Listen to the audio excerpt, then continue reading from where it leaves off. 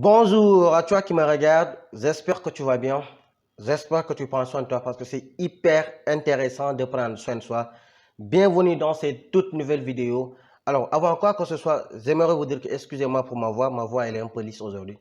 Je suis enrhumé il y a longtemps de cela, jusqu'à présent je suis enrhumé. Alors, je suis Mohamed Yangana, je suis étudiant Data Scientist et Analytics, c'est-à-dire la science et l'analyse des données informatiques pour mes frères francophones qui ont un peu de problème avec les notions anglaises. Donc, si toi qui me regardes, c'est ta première fois de te retrouver sur cette chaîne YouTube, je t'invite à t'abonner ici, car ici, avec le temps, tu trouveras une solution à tous tes problèmes, à tout ce qui est de la programmation. Sur ce, sans tarder, passons à la vidéo. Non, arrête-toi, abonne-toi et passons à la vidéo. Alors, de quoi est-ce qu'on va parler dans cette vidéo aujourd'hui, la team? Aujourd'hui, nous allons parler de ce qu'on appelle les itérations. C'est quoi une itération? C'est ce qu'on appelle les boucles. On va voir ce qu'on appelle une boucle, pourquoi une boucle et pourquoi on a utilisé les boucles en informatique et dans quelle situation utilisons les boucles. On va voir qu'on en a deux types et on va voir quelle boucle utiliser dans quelle situation. Surtout ça, c'est ça qui est intéressant. Même si vous connaissez les boucles et que vous ne savez pas quelle boucle utiliser dans quelle situation, jusqu'à présent, il y a un problème quelque part. Mais dès que vous allez comprendre les boucles et que vous allez comprendre encore quelle boucle utiliser dans quelle situation, je pense que la quasi-totalité des problèmes sera résolue. Sur ce, sans tarder, passons à la pratique. Alors, c'est quoi une boucle, la team? Donc, si on parle de boucle, déjà, on sous-entend ce qu'on appelle bouclé. Dès qu'on parle de boucle, donc c'est quelque chose qui est bouclé.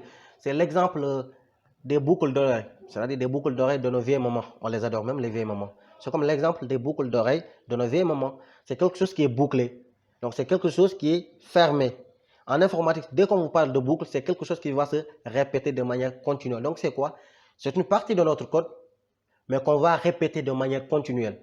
Donc, on sous-entend ici une question de productivité. Donc, ce qui veut dire qu'au lieu d'être là à répéter le même code, on va utiliser les boucles. Ces boucles-là vont nous permettre de répéter le même code autant de fois que nous voulons.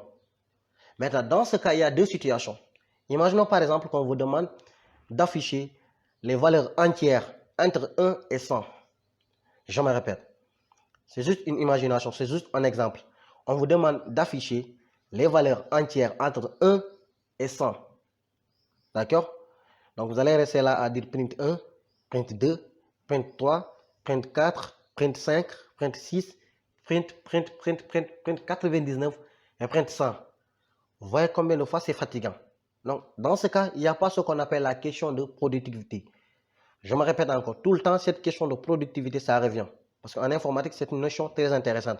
On va faire des programmes, mais on veut la rapidité. On veut que même les programmes, en s'exécutant, les programmes prennent le minimum de temps possible. Et que nous-mêmes, nous codions de manière rapide. C'est-à-dire que nous n'allons pas rester là à nous répéter print 1, print 2, jusqu'à print 99. Imaginons maintenant qu'on vous demande maintenant d'afficher les 1 de 1 jusqu'à 1 million. Donc, vous allez printer 1 million de fois. Ça ne veut rien dire. Les boucles sont là juste avec deux lignes de code avec les boucles for et avec 4 lignes de code avec les boucles while. On va afficher si on voit même de 1 à 1 million avec seulement deux lignes de code avec les boucles for. On a deux types de boucles. On a ce qu'on appelle les boucles for et ce qu'on appelle les boucles while. On va voir pourquoi ces deux boucles et quelles boucles utiliser dans quelle situation. Alors la team, comme on vient de le dire, on a dit qu'on a deux types de boucles. On va faire ici deux boucles, ce qu'on appelle la boucle for et ce qu'on appelle la boucle while.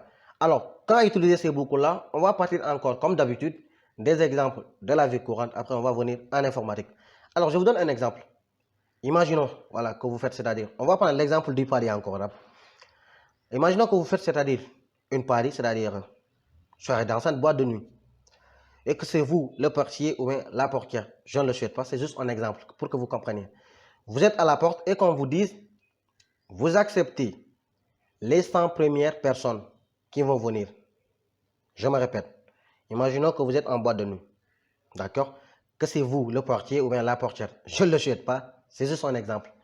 Mais qu'on vous dise que vous allez accepter seulement les 100 premières personnes qui vont venir. Dans ce cas, avant même que vous ne commenciez, c'est-à-dire la soirée, toi, tu sais déjà qu'il y aura 100 personnes au niveau de la soirée dansante. Est-ce que vous comprenez un peu?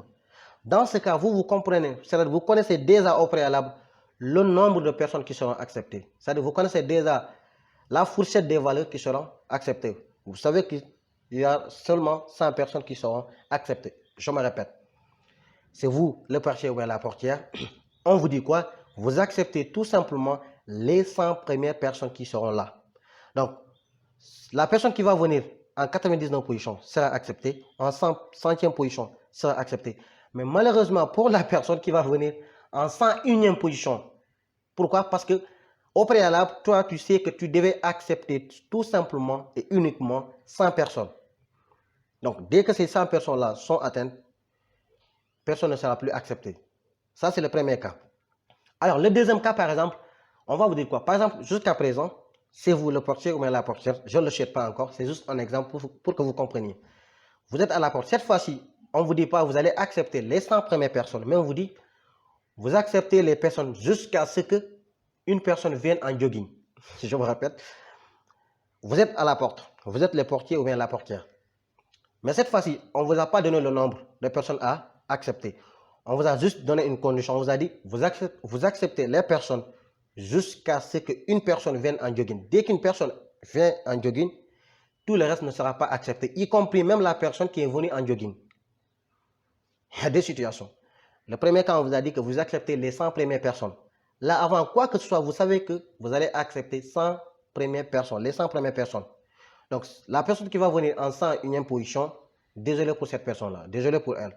Parce que le nombre limite a été atteint, d'accord? Mais le deuxième cas, cette fois-ci, on vous dit que c'est vous le portier ou la portière. On vous dit, vous allez accepter toutes les personnes qui vont venir jusqu'à ce qu'une personne vienne en jogging. Dès qu'une personne vient en jogging, n'acceptez plus les personnes, y compris même la personne qui est venue en jogging. Dans ce cas, avant la soirée, vous-même, vous ne savez pas le nombre de personnes qui vont participer à la soirée. Il peut y arriver que même la première personne vienne en jogging. Dans ce cas, personne ne va participer à la soirée. Il peut arriver que c'est la 10e personne, que c'est la 5e personne, que la 1000e personne, ça dépend. Il faut même arriver au pire des cas que personne ne vient en jogging. Dans ce cas, toute personne qui vient aura accès au pari. Est-ce que vous comprenez un peu? C'est ça la différence entre les deux boucles. La boucle for, on va l'utiliser si on connaît le nombre de répétitions, la fourchette de valeurs. D'accord? La boucle while, on va l'utiliser si on ne sait pas le nombre de répétitions, mais on connaît la condition d'arrêt du processus. Au premier cas, on sait qu'on doit accepter seulement les 100 premières personnes. Dans ce cas, nous, on ne se focalise pas sur l'habillement. Même si vous venez en débardeur, vous venez en jogging, vous venez en t-shirt, vous venez, je ne sais pas, tout nu ou bien toute nue, excusez-moi du terme, vous serez accepté. Parce que dans ces cas, nous, il n'y a pas de condition. La seule condition, c'est quoi? C'est les 100 premières personnes. Alors que le deuxième cas, c'est-à-dire la deuxième situation, c'est quoi? Cette fois-ci, on dit quoi? On va accepter toute personne qui va venir jusqu'à ce qu'une personne vienne en jogging. Vous comprenez?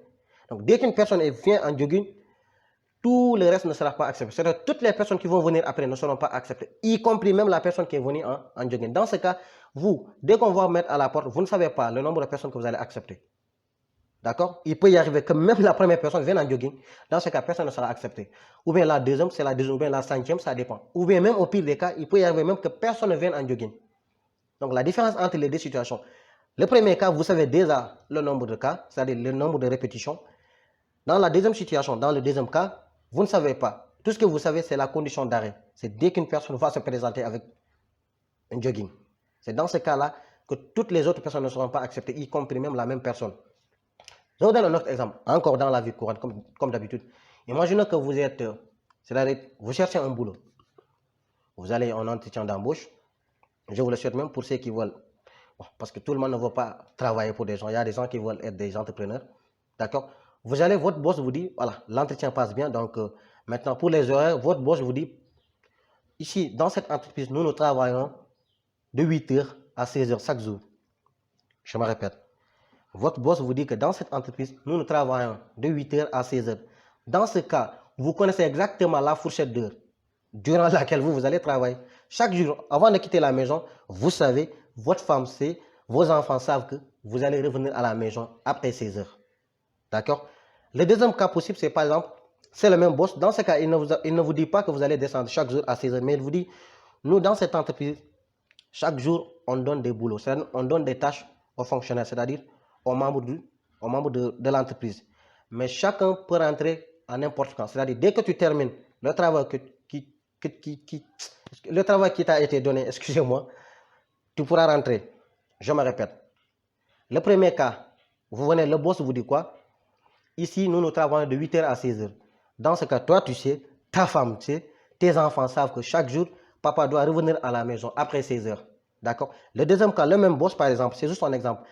Quand il vous embauche, il vous dit, nous ici, on n'a pas d'heure de descente. Votre descente, c'est-à-dire, est en fonction de votre travail. C'est-à-dire, chaque jour, nous, on donne des travaux aux personnes. D'accord? Dès que vous terminez, dès que vous terminez votre tâche, vous pouvez rentrer. Donc, ce qui veut dire que même si vous terminez votre tâche à 9h30 ou bien à 9h même, vous pouvez rentrer. Et même s'il est 19h et que vous ne terminez pas votre tâche, vous n'allez pas rentrer. Dans ce cas, vous ne savez pas votre fourchette d'heures de travail. Tout ce que vous savez, c'est la condition qui va vous permettre de descendre. La condition, c'est quoi? Dès que vous terminez le travail qui vous a été donné. Donc, dans le premier cas, vous connaissez la fourchette des valeurs, vous connaissez le nombre de répétitions. Dans le deuxième cas, vous ne le savez pas. Tout ce que vous savez, c'est la condition d'arrêt du processus. Vous êtes à la porte, on vous demande d'accepter les 100 premières personnes. Dans ce cas, avant même la soirée, vous savez que dans cette soirée-là, vous allez accepter 100 personnes. Le deuxième cas, on vous dit que cette fois-ci, vous allez être à la porte, mais vous allez accepter toutes les personnes, sauf dès qu'il y a une personne qui se présente en jogging, cette personne ne sera pas acceptée. Toute personne qui va venir derrière cette personne aussi ne sera pas acceptée. Vous comprenez un peu? Dans ce cas, il peut y arriver que même la première personne qui va venir sera en jogging, personne ne sera acceptée. Ou bien ça sera la deuxième personne, ou bien la centième, ou bien la millième. Ou bien des fois même, malheureusement, il peut y avoir même que personne ne se présente en jogging. Dans ce cas, toute personne qui va venir va participer. Dans ce cas, vous ne savez pas maintenant le nombre de personnes qui seront acceptées. D'accord? Deuxième cas, je vous donne l'exemple du boss. Par exemple, que vous venez, votre boss vous dit, voilà, il va vous embaucher, l'entretien a été bien, ok, voilà, ça dépend des gens. Il y a des gens qui ne veulent pas travailler pour des gens, il y a des gens qui veulent être des entrepreneurs, ça dépend de ce que vous voulez. Votre boss vous dit, nous dans cette entreprise, nous travaillons de 8h à 16h. Dans ce cas, vous-même, vous savez que chaque jour, vous allez descendre à 16h. Toi-même, tu sais, ta femme sait, tes enfants savent, même tes voisins savent que chaque jour, monsieur va venir à la maison à partir de 16h. Dans ce cas, vous savez au préalable la fourchette de travail. Le deuxième cas avec ce qu'on appelle la boucle white, dans ce cas-là, vous ne connaissez pas la fourchette de valeur. Vous ne connaissez pas le nombre de répétitions. Tout ce que vous connaissez, vous, c'est la condition qui va arrêter le processus. C'est quand la personne va se présenter en jogging. Et au niveau de l'embauchement, c'est quand vous allez terminer votre travail. Si vous terminez votre travail à 8h30 même, vous pouvez rentrer. Vous terminez à 9h30, vous pouvez rentrer. Vous terminez à 14h, vous pouvez rentrer. Maintenant, s'il est même 20h et que vous ne terminez pas votre travail, vous êtes toujours là. Parce que ça a été signé. Voilà, c'est-à-dire, je veux juste vous montrer, c'est-à-dire une image un peu des deux boucles. On va utiliser la boucle forte. Si on connaît la fourchette de valeurs, on vous demande d'afficher toutes les valeurs entières entre 1 et 100. Là, vous connaissez déjà avant de faire quoi que ce soit que vous devez ajouter, que vous devez afficher de 1 à 100. Vous connaissez la fourchette de valeurs, vous connaissez le nombre de répétitions. Mais au cas contraire, si c'est une boucle white, vous ne connaissez pas. Vous ne connaissez pas le nombre de répétitions, vous ne connaissez pas la fourchette de valeurs. Tout ce que vous connaissez, c'est la condition d'arrêt, la condition qui va arrêter le processus. Vous allez rentrer à la maison si et seulement si vous terminez la tâche qui vous a été donnée. Cette tâche, si vous la terminez en moins d'une heure de temps, c'est bon. Vous terminez ça à 14h, c'est bon. Dans ce cas, c'est-à-dire, votre descente est en fonction de quoi? De l'état du travail. Si le travail est OK, vous rentrez. Sinon, vous êtes toujours à l'entreprise, même si tout le monde rentre à la maison. D'accord? Pour la boucle forte, on l'avait dit que si le boss vous dit que par exemple, nous, on travaille de 8h à 16h. Dans ce cas, vous savez déjà qu'il y ait du boulot, qu'il n'y ait pas de boulot à l'entreprise, qu'il y ait un excès de travail ou pas. Chaque jour, vous descendez à 16h. Même si vous êtes dans votre bureau et que vous n'avez rien à faire, vous restez jusqu'à 16h. C'est ça qui fait la différence entre la boucle forte et entre la boucle white. On va voir ça en programmation. D'accord? C'est la même chose en programmation. Donc la team, avant de faire ce qu'on appelle les boucles, avant de faire la pratique des boucles, j'aimerais faire ce qu'on appelle une fonction très intéressante qu'on appelle la fonction range. Pourquoi la fonction range et comment est-ce que se comporte la fonction range? Et ça, c'est ce qu'on va voir. On va rapidement ouvrir Sublime Text parce que moi, j'aime travailler avec ça. Parce que l'interface de Sublime Text est un peu noire. Donc, c'est bien pour les yeux quand même. Donc, même les heures tardives de la nuit, on peut travailler avec. Mais quand on regarde l'interface de Python, c'est un peu, voilà. Si on regarde ça, c'est blanc. Ça, c'est pas bon pour les yeux. Raison pour laquelle moi, j'utilise tout le temps Sublime Text. Parce que ça, c'est noir. D'accord? Ça, même dans les heures tardives de la nuit, on peut l'utiliser. Alors, avant de faire ce qu'on appelle les boucles, comme je l'avais dit, on va faire une fonction très intéressante qu'on appelle range. D'accord? Ça s'écrit comme ça, range comme ça. C'est une fonction. Mais cette fonction, on peut l'utiliser de trois façons. On va vous expliquer pourquoi cette fonction. La fonction range, ça permet de faire quoi? Ça nous permet de donner une fourchette de valeurs. D'accord? Donc, dès qu'on parle de fourchette, vous sous-entendez déjà la fonction, excusez-moi, la boucle for. On a dit que la boucle for, c'est si on connaît la fourchette de valeurs ou bien on connaît le nombre de répétitions. Alors qu'on vient de dire que cette fonction range, c'est-à-dire nous donne la fourchette de valeurs. Dans ce cas, on sous-entend ici, c'est-à-dire la boucle for. Ce qui veut dire que cette fonction range va nous permettre de faire ce qu'on appelle la boucle for. Range, ça nous permet de faire quoi? On a dit que ça permet de donner, c'est-à-dire ce qu'on appelle une fourchette de valeurs. Si on dit range, on peut utiliser range de trois façons. Je vais encore faire ici range. Pourquoi pas? Voilà, je vais faire ça pour que vous range. Alors, le premier cas, c'est on met n d'abord. Ici, ça veut dire quoi? Je vais commenter la phrase. Range n, ça c'est le premier cas possible. C'est-à-dire on prend range, on met une valeur. N peut, c'est-à-dire n, comme vous le connaissez, n peut être tout ce que vous voulez. Ça peut être, c'est du numérique. Maintenant, si on veut dire range n, ça veut dire quoi? Nous, on va partir de quoi? On va partir de 0. C'est de 0 à quoi? À n-1. Par exemple, si on vous dit range 5, on va partir de 0 à 5 moins 1, c'est 4. Donc, on va partir de 0 à 4. Ça, c'est très intéressant, cette notion de range-là. Si on dit range n, on va partir de 0 à n-1. On vous dit range 5, ça veut dire on va partir de 0 jusqu'à 5 moins 1, donc c'est 4. Donc, on va partir de 0, 1, 2, 3 et 4. Attention, par défaut, d'accord, le pas de cette fonction, c'est 1. Ça veut dire qu'on va partir de 1, 1. On va partir de 0. C'est-à-dire, le pas, c'est de 1. On va partir de 0 à 1, à 2, à 3 et à 4. Ça, c'est par défaut. Donc, si vous voyez la fonction range et qu'on prenne comme paramètre une valeur, sachez qu'on va partir de 0 jusqu'à cette valeur moins 1. D'accord? Donc, si on dit par exemple ici, on met range par exemple 5, c'est juste un exemple. Cela veut justement dire quoi? 0, 1, 2, 3 et 4. D'accord? Le deuxième cas, cette fois-ci, on ne va pas donner la valeur seulement, on va donner un début et une fin. Imaginons par exemple, on vous dit par exemple 0,5. Cette fois-ci, on n'a pas juste donné la valeur comme paramètre. On a donné un début, on a donné ce qu'on appelle une fin. Dans ce cas-là, on va partir, c'est de quoi? De 0 jusqu'à présent à quoi? Jusqu'à présent à 5 moins 1, d'accord? Mais dans ce cas, on va mettre ici n. Ici, on va mettre à n moins 1. Excusez-moi, ce n'est pas de 0, c'est de 1. Ouais, j'ai mis 0. Moins 1. D'accord? Ça, c'est le deuxième cas. Le premier cas, on a juste pris n, on l'a mis comme paramètre. On va partir de 0 jusqu'à n moins 1. Dans ce cas ici, si on met par exemple comme ça, on met range 5, regarde, range 5, ce qui veut dire qu'on va partir de 0 jusqu'à 5 moins 1 qui est égal à 4. Raison pour laquelle on aura 0, 1, 2, 3 et 4. Maintenant, le deuxième cas possible avec la fonction range, c'est qu'on va partir de 0 jusqu'à n.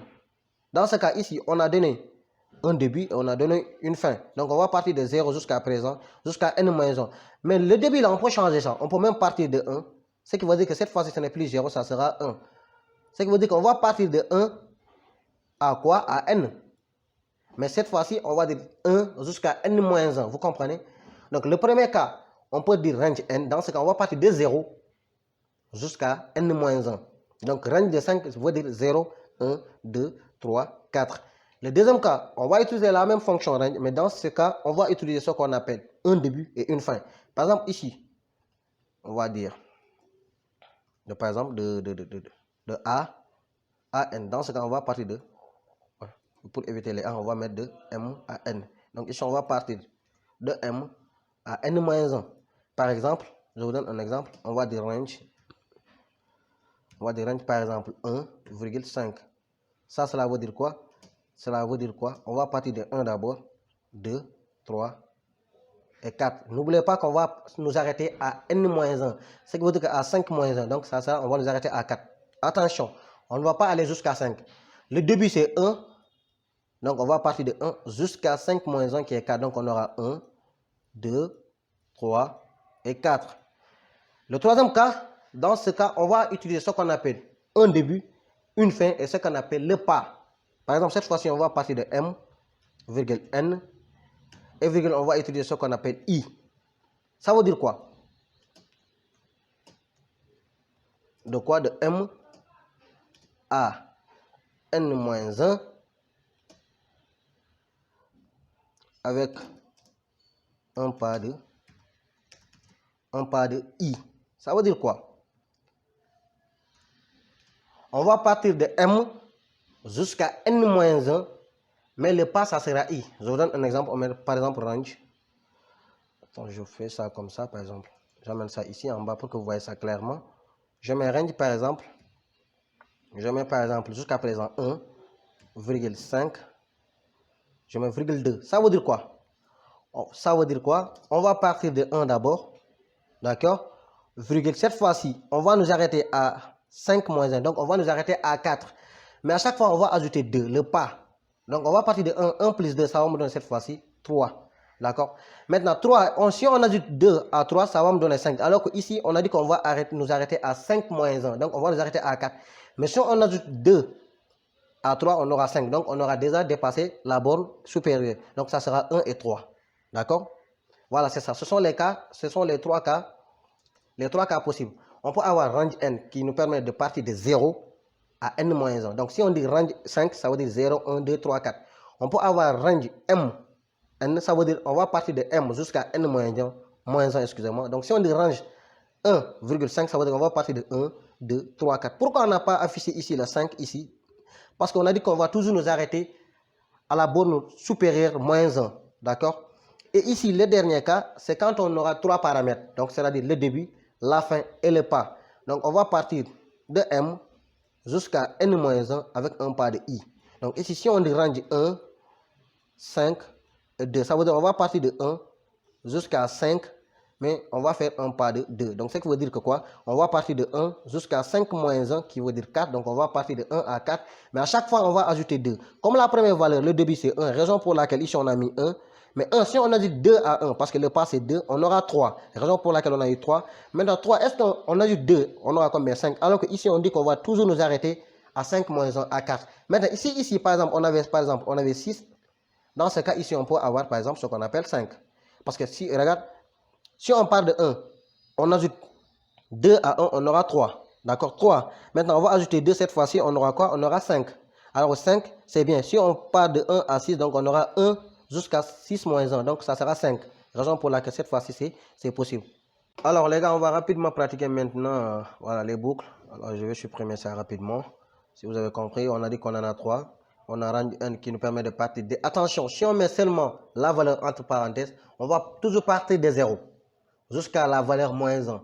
Donc, si on met maintenant deux valeurs, c'est-à-dire on met un début et une fin, on va partir du début jusqu'à la fin moins 1. Si on met maintenant, on met 3 paramètres, dans ce cas, on va partir du début à la fin, mais le troisième paramètre, c'est le pas, qui nous permet toujours de sauter. Si le troisième paramètre, c'est 3, à chaque fois, on va sauter de 3 pas. Donc, on va partir, par exemple, du début, on va ajouter 3, on va ajouter 3, on va ajouter 3, jusqu'à la fin moins 1. D'accord? Voilà, maintenant, on va voir la première boucle. On va voir la boucle for, d'accord? Qu'est-ce qu'on avait expliqué? On avait dit qu'on va utiliser la boucle for si quoi? Si on connaît la fourchette de valeurs, on connaît le nombre de répétitions. Imaginons par exemple qu'on vous demande d'afficher les valeurs entre 1 et 5. Vous allez faire comme ça, regarde, print. Vous allez mettre en print là, par exemple, print par exemple, je ne sais même pas. Vous mettez par exemple 1. Je vais recommencer. Je vais copier ça pour prendre du temps. 3, 4, 5. On va mettre par exemple ici 2. Ici on met ici 3. Ici on met ici 4. Et ici on met ici 5. D'accord? Voilà. Et ça on va l'amener là. On va l'exécuter, vous allez voir. Regardez ce qui se passe. Regardez, les valeurs sont là. 1, 2, 3, 4 et 5. Très bien. Ça, c'est très bien. Parce qu'on a juste mis des print. Mais regardez ici. Au lieu de mettre des print 5 là, imaginez, ici, on vous a dit d'afficher de 1 à 5. Imaginez si on vous avait demandé d'afficher de 1 à 1 million, ou bien de 1 à 100 000, ou bien de 1 à 100. Donc, vous allez mettre 1 million de print. Voilà l'importance des boucles. On va voir la boucle for. N'oubliez pas qu'on a vu les ranges là. Les ranges, c'est très intéressant. C'est pour ça qu'on les a vus, d'accord? Alors, comment est-ce qu'on va faire la boucle for? Je vais l'écrire en anglais parce que tout est en anglais. Je vais vous expliquer en français. On va mettre quoi for? Par exemple, i in quoi? On va commencer le premier cas, par exemple. In range 5. D'accord? On va printer quoi? On va printer par exemple i. D'accord? Alors, ici, on a for, c'est le nom de la boucle. I, maintenant, i devient une variable. D'accord? N'oubliez pas qu'en Python, la déclaration n'est pas obligatoire. C'est contrairement à langage C. Je pense qu'on a beau expliquer ça depuis le début de la formation.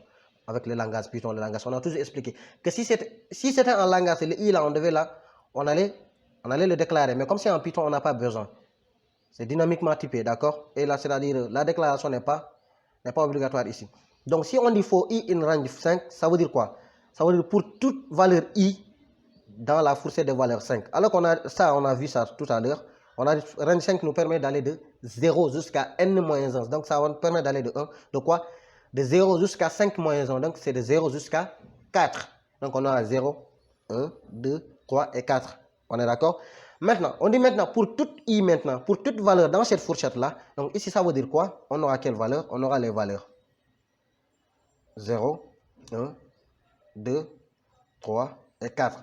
Donc, ça, range 5 là, ça veut dire 0, 1, 2, 3, 4. Donc, ici, for i in range 5, ça veut dire quoi?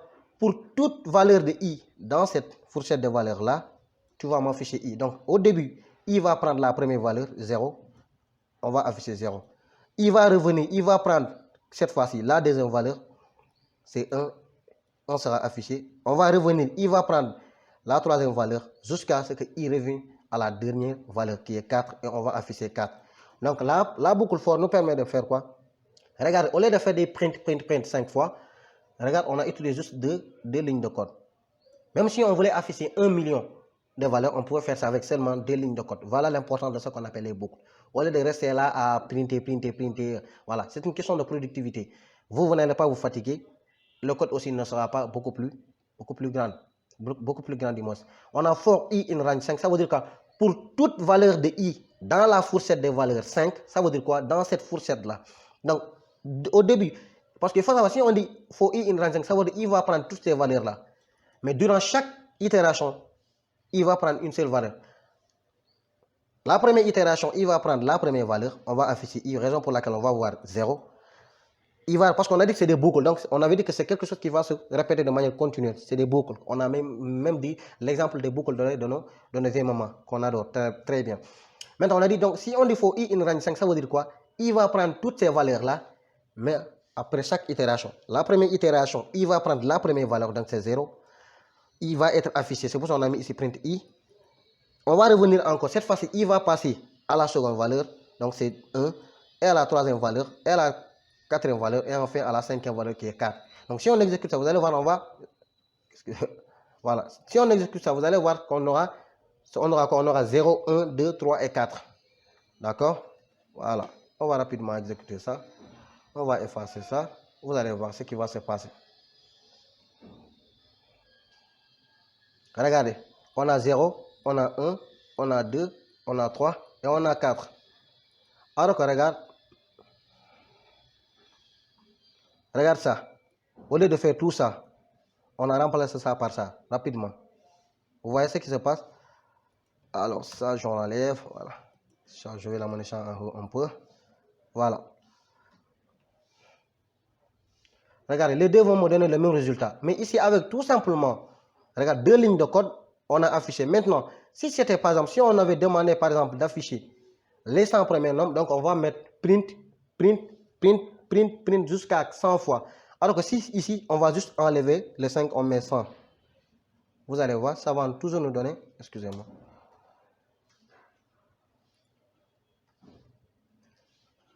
Voilà. On va laisser, vous allez voir que de 0 jusqu'à 99 sera affiché. Regardez ici. Pourquoi nous on a mis 100? Regardez ici. Nous on a bel et bien mis 100, regardez, très bien. Et que regarde ce que lui il nous affiche. Il nous affiche jusqu'à 99. Parce qu'on a tout simplement mis n. On a dit qu'on va partir de 0 jusqu'à n-1. 100 moins 1, c'est 99. Raison pour laquelle on s'est arrêté à 99. On va monter en haut. Vous allez voir qu'il a commencé ça à 0. Donc de 0 à 99, c'est 100 valeurs. D'accord? Voilà. Maintenant, le deuxième cas, c'est quoi? On avait dit cette fois-ci, on va utiliser deux valeurs. C'est-à-dire, on va donner un début et une fin. Cette fois-ci, on va aller de 1 à, par exemple, à 10. On a dit quoi? Cette valeur, c'est quoi? On va partir cette fois-ci de quoi? De 1, 4, 5, 6, excusez-moi, 7, 8, 9. D'accord? Dans ce cas-là, on a utilisé ce qu'on appelle un début et une fin. Donc, on va partir du début 1 jusqu'à la fin moins 1. La fin, c'est 10, moins 1, c'est 9. Donc, on va partir de 1, 2, 3, 4, 5, 6, 7, 8, 9. On va exécuter ça, vous allez voir. Excusez-moi. Voilà. On va venir là. Et voilà. Vous allez voir qu'on aura de 1 jusqu'à 9. Regardez, on a 1 parce que c'est 1 qui est le début. Regardez pourquoi cette fois-ci il n'a pas commencé par 0. Parce que cette fois-ci c'est 1 qui est le début. On a mis 1. Raison pour laquelle on est parti de 1 jusqu'à 9. Et regardez encore, pourquoi il n'a pas affiché le 10? Parce qu'on a dit qu'avec la fonction range, la borne supérieure ne sera jamais affichée. Mais c'est la borne supérieure moins 1. Si on enlève le 1 là et qu'on remplace ça par 0, vous allez voir cette fois-ci on va partir de 0 à 9. Dans ce cas ici on aura le 0 jusqu'à 9. D'accord? Voilà. On va enlever ça, on va venir là, on va l'exécuter. Vous allez voir que cette fois-ci, on va partir de 0 jusqu'à 9. Regardez cette fois-ci, 0 est là. Pourquoi? Parce que tout simplement, cette fois-ci, on a changé le début. Le début était en cette fois-ci, on l'a mis à 0. Donc, c'est de 0 jusqu'à 10 moins 1. Donc, c'est de 0 à 9. Raison pour laquelle, quand on exécute le code, on va voir qu'on va partir de 0 jusqu'à 9. La borne supérieure, c'est 10, donc 10 moins 1, ça me donne 9. Raison pour laquelle on est parti de 0 à 9. Le troisième cas qu'on avait expliqué, on avait donné 3 paramètres. Dans ce cas, on va mettre virgule encore. On va mettre par exemple, on va mettre 2. Ici, on va mettre par exemple 1. Dans ce cas, ça veut dire quoi? On va partir de 1, mais à chaque fois, on va partir de 1 jusqu'à 10 moins 1, jusqu'à 9. Donc, on va partir de 1 à 9, mais à chaque fois, on va ajouter 2. Donc, on va partir quoi? On va passer, attends, je fasse tout ça là, pour être rapide. Donc, le début, c'est 1, on va ajouter 2. Ça me donne quoi? Ça me donne 3. On est d'accord? À 3, si on ajoute 2, ça me donne 5. À 5, si on ajoute 2, ça me donne 7. À 7, si on ajoute 2, ça me donne 9. D'accord? Pourquoi on ne peut pas passer? Parce que dès qu'on passe, on va dépasser 10. Parce qu'on va passer de 1 jusqu'à 10 moins 1 qui est 9. Donc ici on regarde ici, on n'a pas dépassé 9. Excusez-moi, on n'a pas dépassé 10. On s'est arrêté à 9. Donc on aura 1 parce que c'est 1 qui est le début. On va toujours ajouter 2 parce que le pas c'est 2. Ça, on va l'exécuter, vous allez voir. C'est tellement simple la programmation. Oh, c'est ce que je vais faire là. Voilà. Vous allez voir ce qui va se passer. Regardez cette fois-ci, il dit 1, 3, 5, 7 et 9. Regardez ce que moi j'ai mis là. C'est la même chose. 1, 3, 5, 7, 9. Parce que le pas c'est 2. Cette fois-ci, on va changer le pas. On va mettre 3. Cette fois-ci, on va partir de 1. Mais on va toujours ajouter 3. Dans ce cas, on aura quoi? La première valeur, ça ne va jamais changer. On a le début 1. Maintenant, comme on a dit le pas c'est 3. Donc on va ajouter 3 à 1, ça me donne 4. 4, si on ajoute 3 à 4, ça me donne 7. 7, si on ajoute 3, on va aller à 10. Alors que normalement, regarde, on est à 7. Si on ajoute 3 à 7, on va aller à 10. Mais ici, nous, on ne va pas juste aller à 10. On va nous arrêter à 10 moins 1 à jusqu'à 9. Donc, c'est 1, 4 et 7. On va exécuter, vous allez voir. On enlève ça, on vient là. On va exécuter, vous allez voir. Ils vont nous dire 1, 4, 7. Vous voyez, on a 1, 4, 7. Voilà ce qu'on avait expliqué pour la boucle for. On a dit que la boucle for, on va l'utiliser si on connaît exactement la fourchette de valeurs ou bien le nombre de répétitions. Ici, nous, on sait très bien qu'on va partir de 1 jusqu'à 10. Donc, on connaît exactement la fourchette de valeurs. Raison pour laquelle on a utilisé la boucle for. D'accord? On connaît exactement la fourchette de valeurs. On connaît le nombre de répétitions. Parce que ici, moi, j'ai déterminé le nombre de répétitions avant même. J'ai dit que le résultat, ça sera 1, 4 et 7. Je connais les valeurs. Je connais la fourchette des valeurs. Je sais que je dois partir ici de 1 jusqu'à 10 moins 1 qui est 9. Et à chaque fois, je vais ajouter 3 à la valeur. Donc, je pars de 1 d'abord. À 1, j'ajoute 3, ça me donne 4. À 4, j'ajoute 3, ça me donne 7. À 7, si j'ajoute 3, ça va me donner 10. Alors qu'ici, on a dit qu'on doit nous arrêter à n-1. Donc, à la borne supérieure moins 1, donc c'est à 9. Voilà. Alors, la MIF, on va maintenant voir la boucle while. Donc, on va aller sur Sublime Text pour éviter l'écran blanc. Voilà. On va venir là. On va maintenant enlever la boucle for. On a dit qu'on va utiliser la boucle for si on connaît la fourchette de valeurs, le nombre de répétitions. On a dit que contrairement à la boucle while, on va l'utiliser quand si on ne connaît pas le nombre de répétitions et qu'on ne connaît pas la fourchette de valeur, mais qu'on connaît la condition qui va arrêter le processus. D'accord? On a dit qu'on va empêcher les gens d'entrer dans la soirée dansante dès qu'il y a une personne qui va se présenter en jogging. C'est-à-dire on va rentrer à la maison si on est fonctionnaire, si et seulement si on a terminé le travail qui nous a été donné par le boss. On est d'accord? Et ça, on va voir ça. Par exemple, imaginons qu'on vous dit par exemple d'afficher, c'est-à-dire les valeurs entre 1 et 5. On va faire ça avec la boucle while, vous allez voir. Ici, on va dire par exemple, on va encore que ce soit i égale à par exemple 1. On va mettre while. C'est comme ça qu'on écrit while. While qui veut dire tant que. D'accord? While maintenant i inférieur à 5. 2 points. On va revenir là. On va printer quoi? On va printer i. Mais ici, il y a quelque chose qu'on doit ajouter. On va mettre i. Maintenant, on va recevoir i plus 1. Alors, je vous explique. Ici, on a 4 lignes de code. Je vous l'avais dit qu'avec la boucle for, on aura 2 lignes de code. Avec la boucle while, on aura 4 lignes comme ça. Alors, je vous explique. Avec la boucle for, c'est-à-dire, on n'a pas besoin d'initialiser. On utilise directement notre variable i qui va parcourir notre séquence de valeurs. Mais contrairement à la boucle while, ici, on va chaque fois, avant d'entrer dans la boucle, on va initialiser notre pas, c'est-à-dire la variable qui va parcourir. On a dit que i égale à 1. Tant que i est inférieur à 5, tu m'affiches i. Donc, avant d'entrer dans la boucle, i avait la valeur 1. Ce qui veut dire qu'au niveau de la mémoire RAM de la machine, notre variable i sera stockée quelque part et aura la valeur 1. Donc, quand le programme va rencontrer cette while i inférieur à 5, il va dire que, ah, là, il me dit que tant que i est inférieur à 5. Donc, est-ce que i est inférieur à 5? Oui, parce que d'abord, i est égal à 1. Donc, est-ce que 1 est inférieur à 5? Oui, dans ce cas, le i sera affiché. Donc, comme i a la valeur 1 au niveau de la mémoire RAM, donc 1 sera affiché. Mais après ça, il y a quelque chose d'exceptionnel qui est là. On dit i égale i plus 1. Ne l'oubliez pas, ça on l'a déjà vu. On a dit que ce sont ce qu'on appelle les opérateurs. Ça, ce sont les opérateurs qu'on appelle les opérateurs d'incrémentation ou d'affectation. C'est pour ça que moi, je ne fais pas les vidéos par hasard. Je fais les vidéos de telle sorte que chaque vidéo ne soit qu'un approfondissement de la vidéo précédente. Ça, on l'avait déjà vu. Cela, ça veut dire quoi? Tu prends l'ancienne valeur de i, tu ne l'écrases pas, mais tu vas y ajouter 1. On va y incrémenter. I avait la valeur 1. Donc, on va dire tant que i est inférieur à 5, comme i avait la valeur 1 au niveau de la mémoire RAM de la machine, est-ce que 1 est inférieur à 5? Oui, si c'est vrai, i sera affiché. Donc, 1 sera affiché. Donc, avant de revenir à la nouvelle itération, i va passer à i plus 1. Donc, i avait la valeur 1, on va ajouter 1 à 1, donc ça sera 2. Donc, la valeur 1 qui était au niveau de la mémoire RAM de la machine sera écrasée, sera remplacée par 2. Parce que ici, on vient de dire que i égale i plus 1. Donc, i va passer à 2. On va venir là, on va dire que while i inférieur à 5, comme i, maintenant au niveau de la mémoire RAM de la machine, i a la valeur 2. Est-ce que 2 est inférieur à 5? Oui. Donc, i sera affiché, donc 2 sera affiché. Quand on affiche 2, maintenant, on va voir que maintenant, on dit que i reçoit encore i plus 1. Donc, on va prendre l'ancienne valeur de i, on va y ajouter 1. I avait la valeur 2 au niveau de la mémoire RAM de la machine, on va y ajouter 1, ça sera 3. Donc, 2 sera écrasé, on mettra 3 là-bas. On va venir là encore, on va voir que while i inférieur à 5. Est-ce que 3 est inférieur à 5? Oui. Print i sera affiché, donc 3 sera affiché. On continue encore, on voit qu'on dit maintenant, cette fois-ci, on va prendre l'ancienne valeur de i, on va ajouter 1. Il y avait 3 au niveau de la mémoire RAM de la machine, cette fois-ci, on va ajouter 1.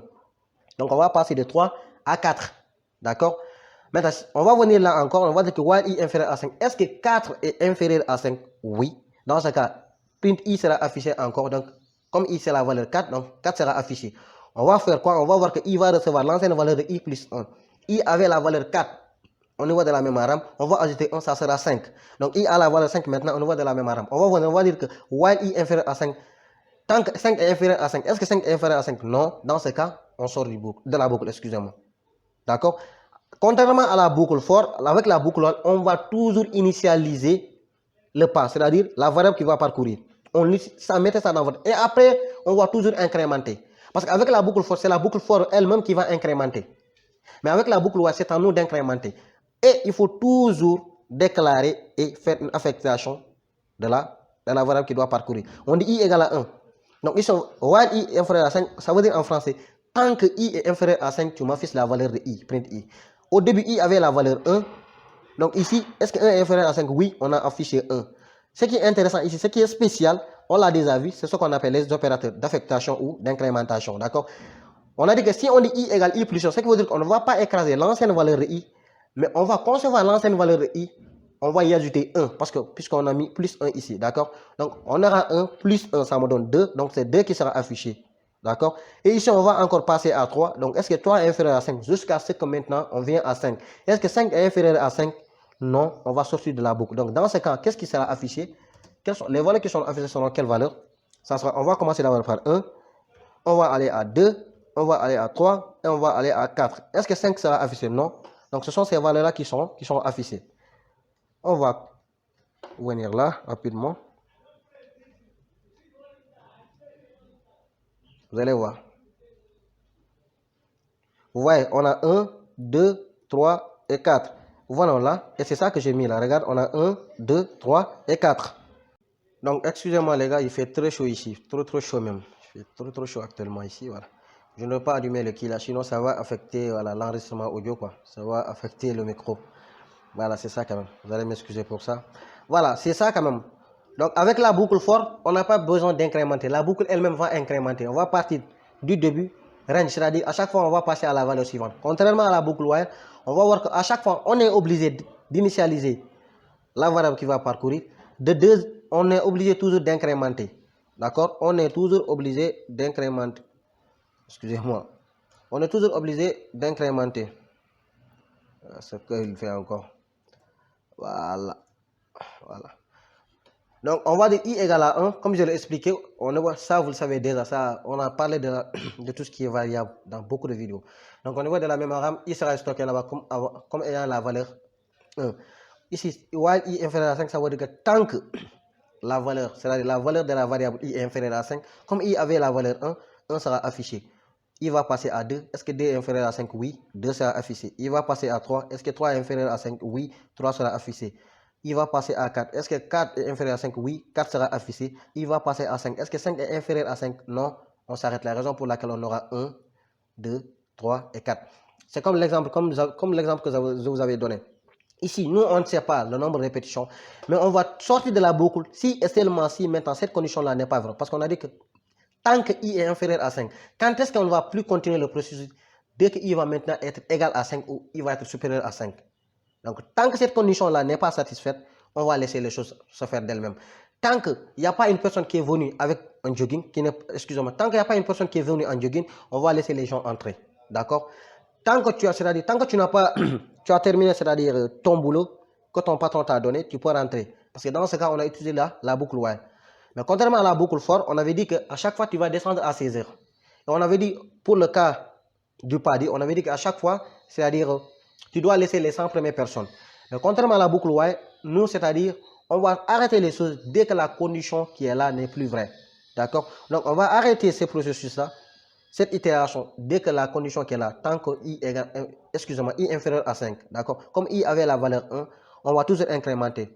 Mais dès que maintenant i aura la valeur 5, est-ce que 5 est inférieur à 5? Ce n'est pas vrai. 5 est égal à 5. Raison pour laquelle 5 ne sera pas affiché. Mais si on met ici égal, inférieur ou égal, excusez-moi, vous allez voir que maintenant, cette fois-ci, on aura ici 5. Pourquoi?